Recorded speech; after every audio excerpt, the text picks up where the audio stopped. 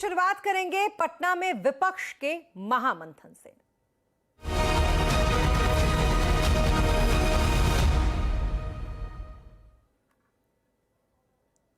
बिहार की राजधानी पटना में चल रही विपक्ष की महाबैठक अब खत्म हो गई है। इस बैठक के खत्म होते ही विपक्ष के बड़े नेताओं ने प्रेस कॉन्फ्रेंस करके इस बैठक की जानकारी दी, जहां नीतीश कुमार ने कहा कि सभी दलों के बीच 2024 का चुनाव साथ मिलकर लड़ने पर सहमति बन गई है। हम सब एक साथ हैं। तो वहीं कांग्रेस के अध्यक्ष मल्लिकार्जुन खड़गे ने कहा कि हमारा एजेंडा एक ही है और सभी दलों उसी पर सहमति सबकी बनी है। साथ ही राहुल गांधी ने एक बार फिर से दोहराया कि बीजेपी और आरएसएस हिंदुस्तान की नींव पर हमला कर रही हैं। विचारधारा की इस लड़ाई में हम सब एक साथ हैं। साथ ही इस बैठक के खत्म होते ही अगली बैठक का खाका भी अब तैयार हो गया है। विपक्ष की अगली बैठक शिमला में होने जा रही है। नीतीश कुमार ने कहा कि उनकी अगुवाई में कांग्रेस जो है ये अगली बैठक फिर से करेगी। लेकिन यहां पर एक अहम बात ये रही कि इस प्रेस ब्रीफिंग में जो विपक्ष कर रहा था अपनी इस बैठक के बाद, इससे अरविंद केजरीवाल ने खुद को अलग रखा। बाकी तमाम नेताओं ने प्रेस ब्रीफिंग में अपनी तरफ से कुछ ना कुछ जरूर कहा। सब अनेक पार्टियों के लोग रहे, सब लोगों की बात आई और काफी अच्छी मुलाकात हुई है और एक साथ चलने की सहमति हुई है। और उसके बाद अगली मीटिंग कुछ ही दिनों के बाद सब पार्टियों की एक और की जाएगी, ताकि उसमें आगे का जो कुछ भी होता है, जो एक साथ तो चुनाव लड़ने के बारे में आज एक सहमति हो ही गई है और सब तरह का सहमति हुआ है। हिंदुस्तान की नींव पर आक्रमण हो रहा है, फाउंडेशन पर, इंस्टीट्यूशंस पर, आवाज पर बीजेपी और आरएसएस आक्रमण कर रही है। मैंने मीटिंग में भी कहा, यह विचारधारा की लड़ाई है और इसमें हम सब एक साथ खड़े हैं। ये बोलेंगे आप? हम में जरूर थोड़ी थोड़ी डिफरेंसेस होंगी, मगर हमने ये निर्णय लिया है कि हम एक साथ काम करेंगे, फ्लेक्सिबिलिटी के साथ काम करेंगे और जो हमारी विचारधारा है, जिसको हम शेयर करते हैं, उसकी हम रक्षा करेंगे। जैसे खारगे जी ने कहा, नीतीश जी ने कहा, कुछ ही समय में अगली मीटिंग होगी और ये जो आज हमने बातचीत की उसको हम थोड़ा और गहराई में ले जाएंगे। मगर ये एक प्रोसेस है, ऑपोजिशन यूनिटी की एक प्रोसेस है और ये अब बहुत गहरी तरीके से आगे बढ़ने जा रही है। इकोनॉमी इज टोटली डिस्ट्रॉयड, इसका बारे में चिंता नहीं करते हैं। महिला को इज्जत लुटता है, चिंता नहीं करता है। दलितों को खिलाफ में है, चिंता नहीं करता है। 100 दिन का रुपया नहीं देता है, गांव का रास्ता का रुपया नहीं देता है, आवास योजना का रुपया नहीं देता है। यूनिवर्सिटी में मर्जी का माफिक बीसी रिक्रूट करते हैं, क्या नहीं किया है। इसके लिए जितना भी तानाशाही बीजेपी गवर्नमेंट कानून ले आएंगे, जो काला कानून, हम लोगों ने एक साथ में मिलके वो काला कानून का खिलाफ में हम लोग लड़ाई करेंगे। हमको खून बहेगा, बहने दो, लेकिन हम देश को, जनता को रक्षा करेगा, नहीं तो इंडिया नहीं रहेगा। और अब बात करेंगे प्रधानमंत्री नरेंद्र मोदी के अमेरिका दौरे की।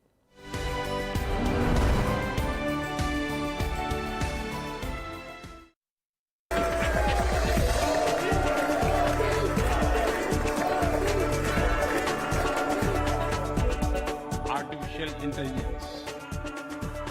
At the same time, there have been even more momentous development in another AI, America and India.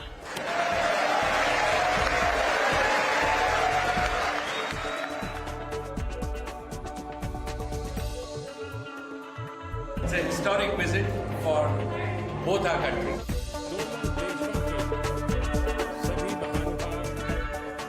लोकतंत्र और विविधता के मूल्यों को जीवन में साकार Possibilities lie ahead.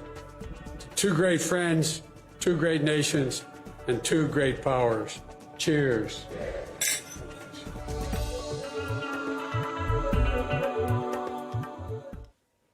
कल का दिन भारत में प्रधानमंत्री नरेंद्र मोदी के अमेरिकी दौरे को अगर देखें तो बेहद अहम रहा उनका ये दौरा, जहां उन्होंने राष्ट्रपति जो बाइडेन के साथ द्विपक्षीय वार्ता की।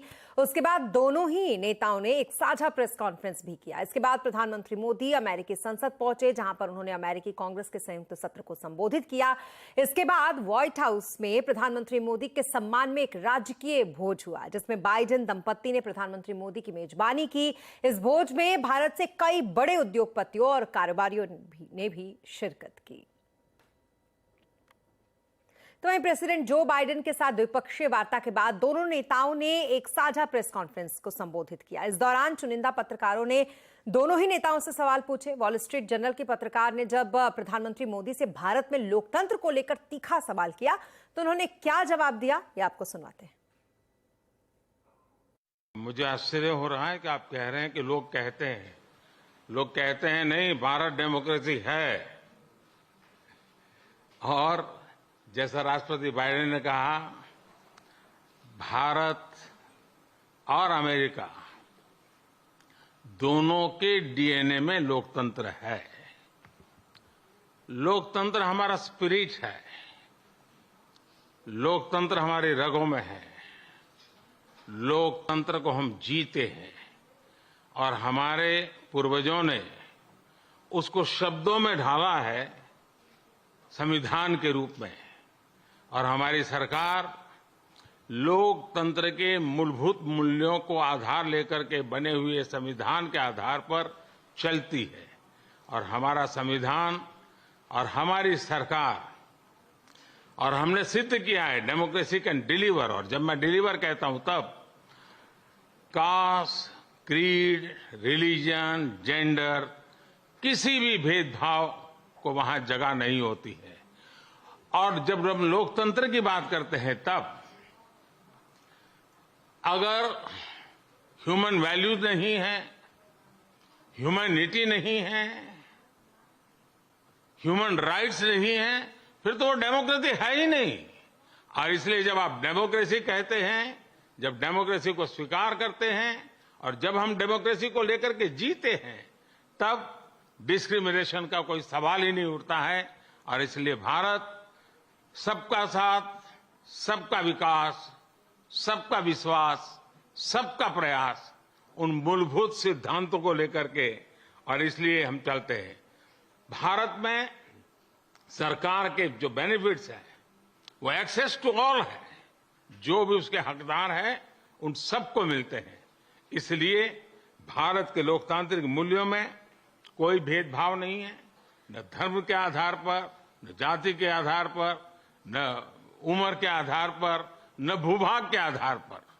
और इसी प्रेस कॉन्फ्रेंस में पर्यावरण पर भी सवाल पूछा गया, जिस पर प्रधानमंत्री मोदी ने कहा कि भारत पर्यावरण को लेकर काफी गंभीर है और अकेला ऐसा देश है जिसने पेरिस एकॉर्ड में किए गए सभी वादे अब तक पूरे किए हैं। हमारे लिए एनवायरनमेंट ये आर्टिकल ऑफ फेथ है, ये कन्वीनियंस के कारण करने का हमारा काम नहीं है। हम ये मानते हैं, हम एक्सप्लॉयटेशन ऑफ नेचर में विश्वास नहीं करते हैं। पूरे सृष्टि को चलाने के लिए मिल्किंग ऑफ नेचर तक तो चल सकता है, लेकिन एक्सप्लॉयटेशन ऑफ नेचर नहीं चल सकता है। हम इस पक्ष में रहे हैं और उसी के मूल पर आधार पर भारत अपने लिए करता है, इतना ही नहीं, हम कुछ ग्लोबल इनिशिएटिव भी ले रहे हैं। आपको मालूम है G20 देशों ने पेरिस में जो प्रॉमिस किया था, सभी G20 देशों में अकेला हिंदुस्तान है जिसने पेरिस में जो प्रॉमिस किए थे वो सारे प्रॉमिस पूरे किए हैं। और प्रधानमंत्री नरेंद्र मोदी ने अमेरिका भारत की दोस्ती को एआई की दोस्ती बताया। क्या डिफेंस और टेक्नोलॉजी में इस दोस्ती का फायदा मिलेगा? आज आवाज अड्डा में इसी पर करेंगे बड़ी चर्चा, शाम 7:57 पर। और अब बात अश्विनी वैष्णव की, क्योंकि सेमीकंडक्टर के लिए अमेरिकी कंपनी माइक्रॉन के साथ डील को आईटी और टेलीकॉम मंत्री अश्विनी वैष्णव ने गेम चेंजर बताया है। हमसे एक्सक्लूसिव बातचीत में उन्होंने कहा कि गुजरात के सानंद में लगने वाले प्लांट में 1.5 साल के अंदर अंदर प्रोडक्शन शुरू हो जाएगा। उनसे खास बातचीत के हमारे संवाददाता असीम मनचंदा ने, आप भी सुने। सेमीकंडक्टर हम पहली बार इस दिशा में जा रहे हैं, तो कितना बड़ा फायदा हम अपनी पूरी इलेक्ट्रॉनिक इंडस्ट्रीज के लिए इसको देख रहे हैं? बहुत बड़ा इससे लाभ होगा देश को। हर एक इंडस्ट्री में, चाहे ऑटोमोबाइल इंडस्ट्री हो, शिप बिल्डिंग इंडस्ट्री हो, हर एक इंडस्ट्री में, डिफेंस हो, कंज्यूमर इलेक्ट्रॉनिक्स, एसी, फ्रिज, सब में मेमोरी चिप्स उपयोग में आती है। तो ये मेमोरी, जैसे वंदे भारत ट्रेन है तो उसमें करीब 30,000 से ज्यादा चिप्स लगती है। तो इस तरह से जो मेमोरी चिप्स लगती हैं, सेमीकंडक्टर इंडस्ट्री की चिप्स लगती है, लॉजिक और मेमोरी, वो सब जब हिंदुस्तान में बनने लगेगी तो बाकी सारी इंडस्ट्रीज को भी फायदा होगा। इस माइक्रोन के पहले यूनिट से ही करीब 5,000 डायरेक्ट जॉब्स क्रिएट होंगे और 15,000 इनडायरेक्ट जॉब्स क्रिएट होंगे। कब तक ये हमको ग्राउंड लेवल पे आती हुई ये इंडस्ट्री दिखेगी सेमीकंडक्टर वाली? बहुत इंपॉर्टेंट पॉइंट है आपका।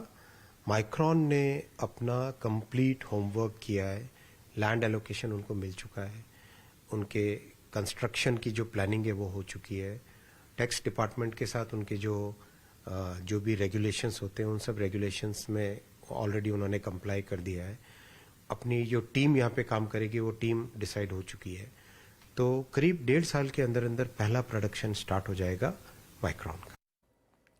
और अब बात करेंगे बाजार की, जहां कारोबारी हफ्ते के आखिरी दिन बाजार में बिकवाली रही। बाजार आज निचले स्तर से बंद हुआ। सेंसेक्स 260 अंक गिरकर 62,989 पर आज बंद हुआ, तो वहीं निफ्टी 106 अंक गिरकर आज 18,666 पर बंद हुआ। सबसे ज्यादा दबाव मेटल, एनर्जी, पीएससी, आईटी शेयरों में रहा। फार्मा शेयरों में आज हल्की खरीदारी देखी गई।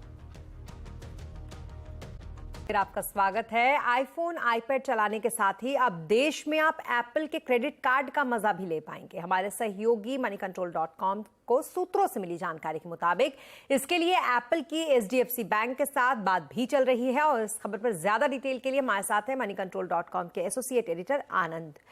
आनंद, बताएं जरा एप्पल क्रेडिट कार्ड का ये पूरी खबर क्या है इस पर? This is a regular credit card, co-branded credit card that they have launched in US. They are looking to launch that in India. This is important because currently Apple don't accept any card payments in India. It has to be UPI or net banking. So probably for all Apple related purchases, Apple devices or services, they are looking to route all these payments through their own credit card. So it makes sense for Apple to launch their own card before they, relaunch the card payments in India. जी, बहुत शुक्रिया तमाम details के लिए आपका आनंद। और अब बात Google play store की। गूगल प्ले स्टोर से ऐप डाउनलोड करना आपको भारी पड़ सकता है, क्योंकि हाल ही में सामने आए आंकड़ों से ये पता लगा है कि देश के 42 करोड़ फोन में स्पाईवेयर